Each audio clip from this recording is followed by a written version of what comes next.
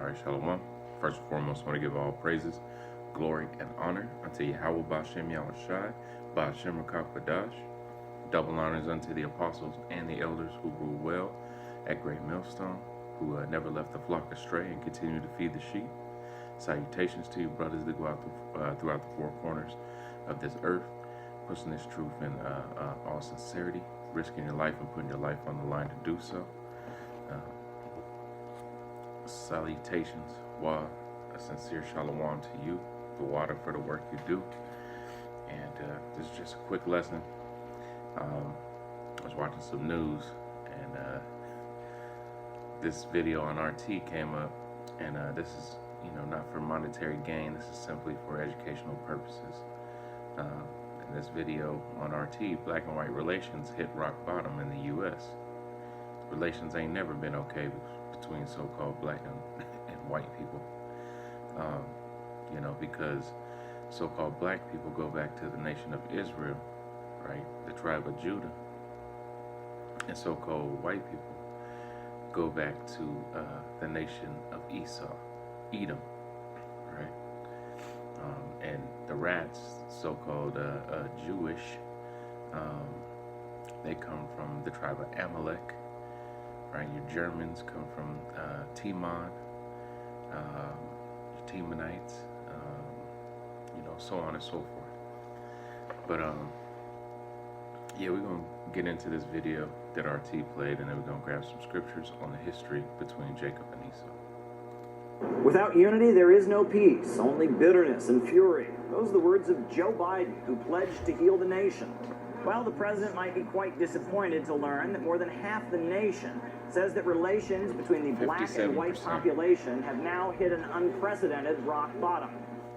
For the second consecutive year, U.S. adults' positive ratings of relations between black and white Americans are at their lowest point in more than 2 decades of measurement.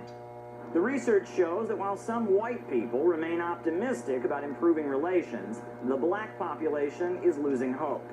Surveys show that police brutality is one thing the black community is quite unhappy about, with statistics showing that 1 in every 1,000 black men is killed by the police.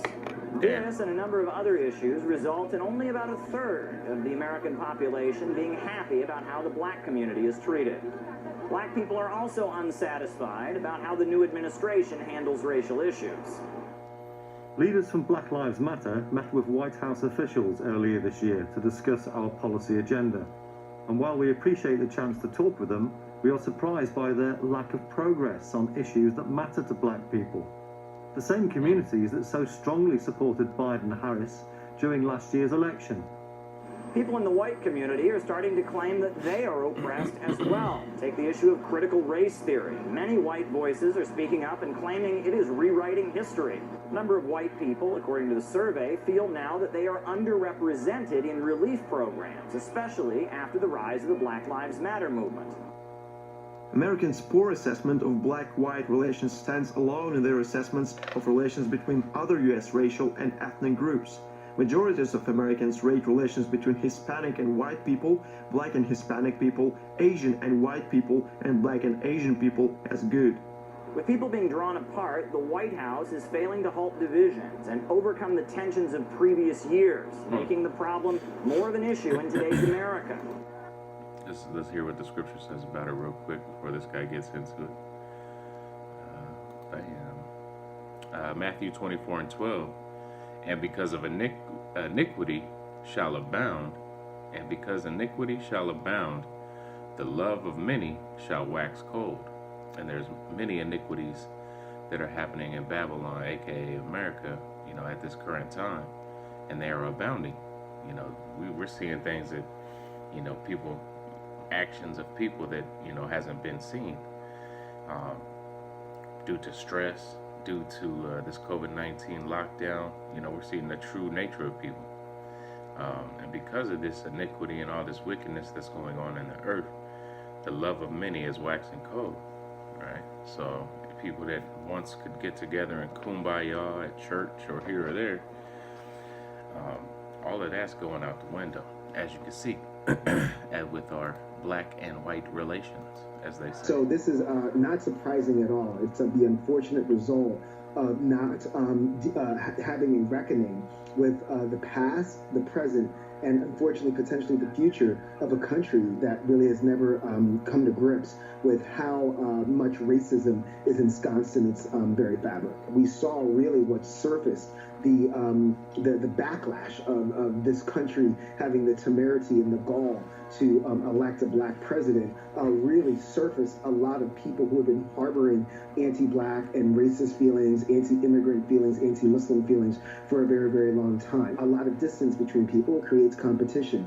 Othering, this person's coming for my job, or this person's coming to harm me in my neighborhood. So social media has had a part in that, but also the programs of the United States government that have been so rooted in hyper-capitalism that they've actually split working class people apart, because that's in the interest of hyper-capitalism. And then, of course, we've had just a very, very toxic politics in this country.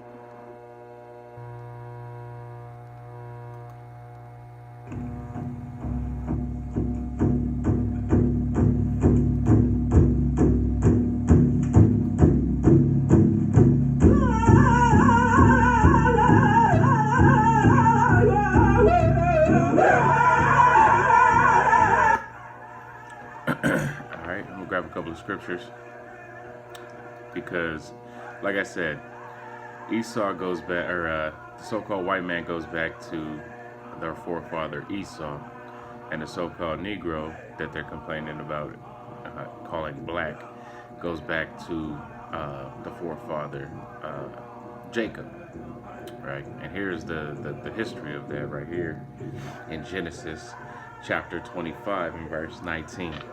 And these are the generations of Isaac, Abraham's son. Abraham begat Isaac, and Isaac was 40 years old when he took Rebekah to wife, the daughter of Bethuel.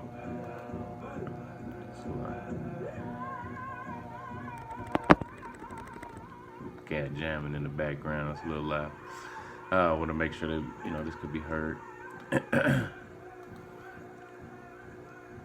And the daughter of Bethuel the Syrian, of Padanaram, the sister of Laban the Syrian. And Isaac entreated the Lord for his wife, because she was barren, and the Lord was entreated of him, and Rebekah his wife conceived. And the children struggled together within her, and she said, If it be so, why am I thus? And she went to inquire of the Lord. And the Lord said unto her, 2 nations are in thy womb, 2 manner of people shall be separated from thy bowels, and the one people shall be stronger than the other people, and the elder shall serve the younger. All right, so let's grab that word manner. It's kind, sort, variety, method, manner, way, appearance, bearing, customs. Let's find the one that matches this, because this is the online etymology. Meaning customary practice, sense of way of doing things, a personal habit or way of doing, a way of conducting oneself towards others. And you see how Esau conducts himself towards others, and then you see how Jacob conducts himself towards others. It's totally different. They're 2 totally different entities coming out of that womb. They're going to be separated at that time. And the elder, or one shall be stronger than the other. When you go to MMA, boxing, football, baseball, basketball, Jacob is always stronger than Esau. It doesn't matter what. The only reason Esau is in rulership and power of the whole world is because of his blessing. And his blessing was the sword, right, the weapon, and the fatness of the earth, the oil. And he took that oil and he put it towards the sword, and he made a projectile, which is projected him to be the basis of men ruling over all of the planet because of that blessing, right? And when her days, and it says that the elder shall serve the younger, right? Right now, that's how you know we're not in the kingdom of heaven, because we are still serving the older, when the older is supposed to be serving us. Just like if you left your children at home, your older child is going to serve your younger children because he's in charge. Right, he's going to make sure that they got his little siblings got food, that they're following the rules, right? All of the above. They're going to be serving them.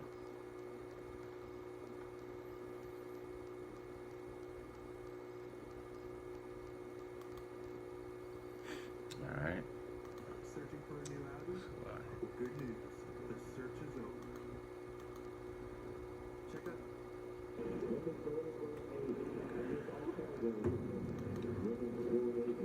All right.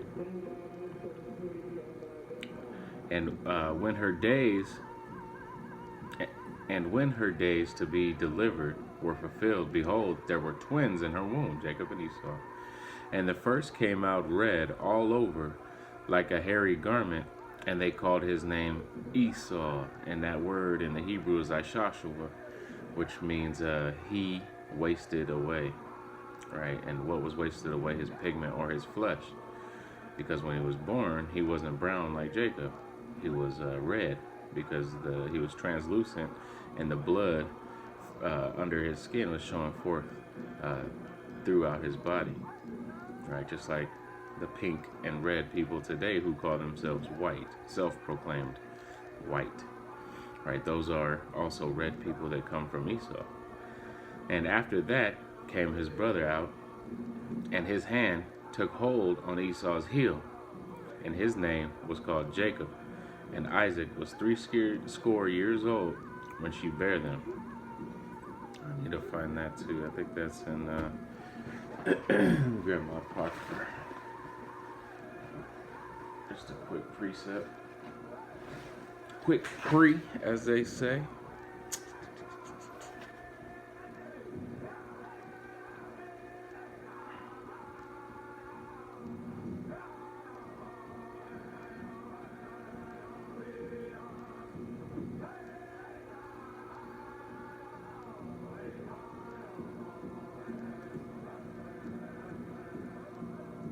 There it is. This is 2 Ezra chapter 6 verse 8. And he said unto me, from Abraham unto Isaac, when Jacob and Esau were born of him, Jacob's hand held first the heel of Esau.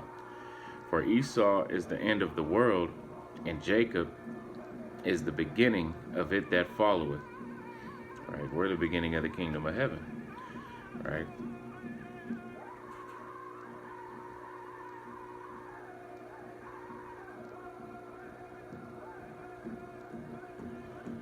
The scripture also says that the kingdom shall be translated from one people to another, right? So right now, Esau's in rulership, but as soon as he goes down, that's why the heel was held, and that's why they were born at pretty much at the same time, because Esau's downfall is Jacob's uprise, right? As Jacob's coming into rulership and gaining his joint heirdom, his joint heirship with Yahushua, and Yahushua's glory is being seen throughout the earth through those men. And that's the time that Esau, the so-called white man, is going into his captivity. And the scripture says that he has to serve unto him double for what he's done unto Jacob. So let's get back into it. All right. And after and the boys grew, and Esau was a cunning hunter, right? Esau's still an amazing hunter, right? And if you picture, if you just type in hunter on Google, you're gonna see nothing but Esau's posing with deer and elk and lions and tigers and bears and shit. And Jacob was a plain man dwelling in tents, right? If you look up Gad, the so-called Native Americans, and you look at their history, they traveled with teepees, right? And that's just kind of our history, man. We're nomadic, and we like to stay in the scriptures, and we like our leisure time.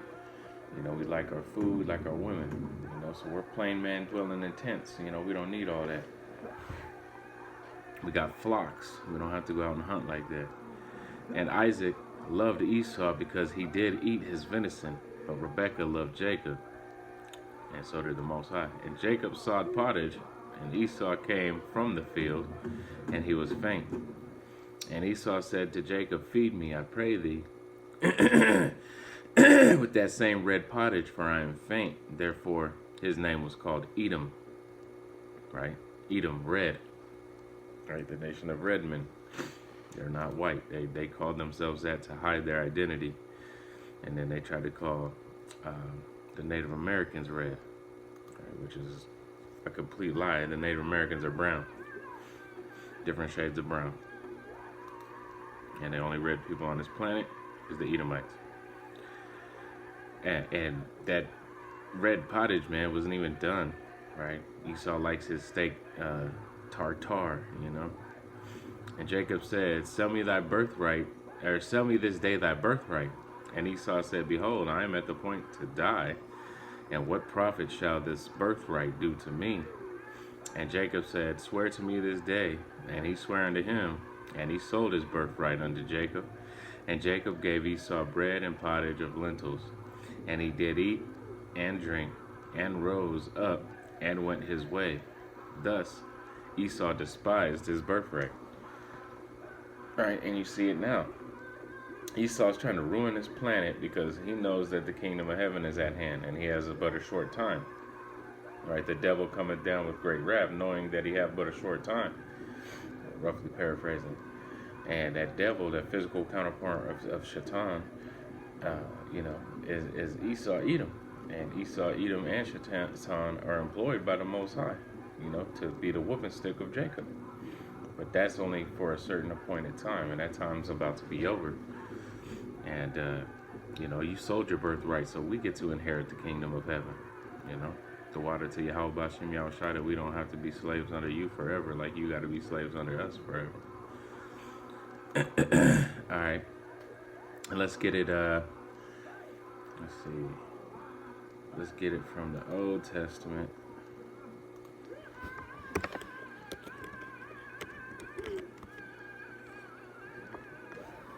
Isn't it? All right. This is Malachi 1.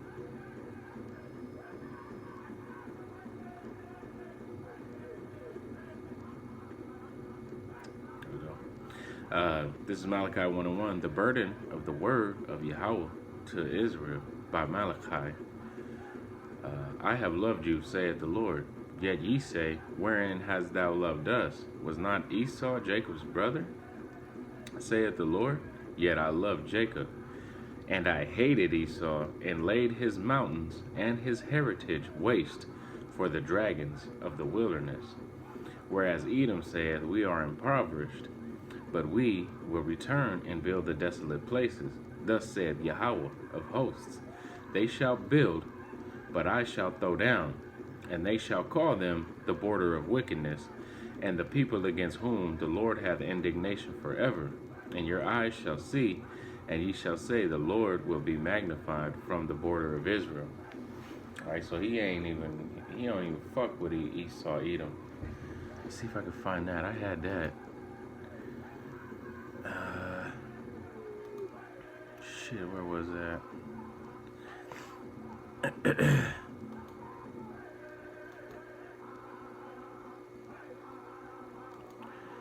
1 second.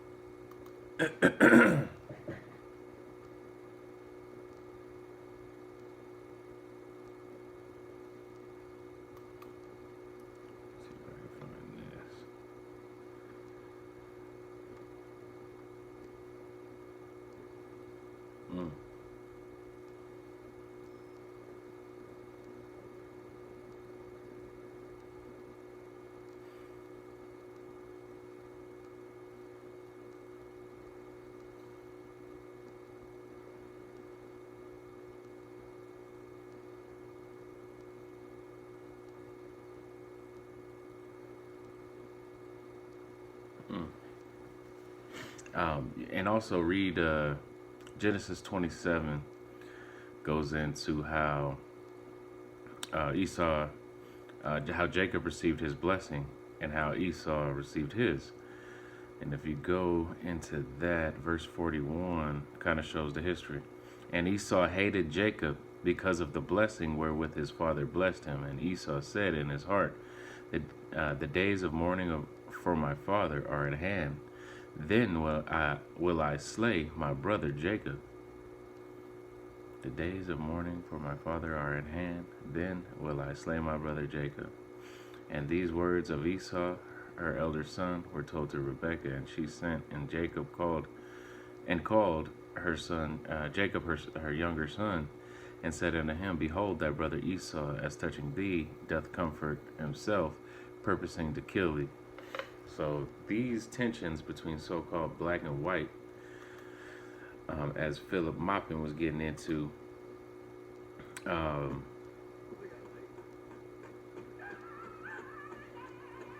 as Philip Maupin was getting into, it goes back to the beginning, right? And one more scripture. This is Romans 9 and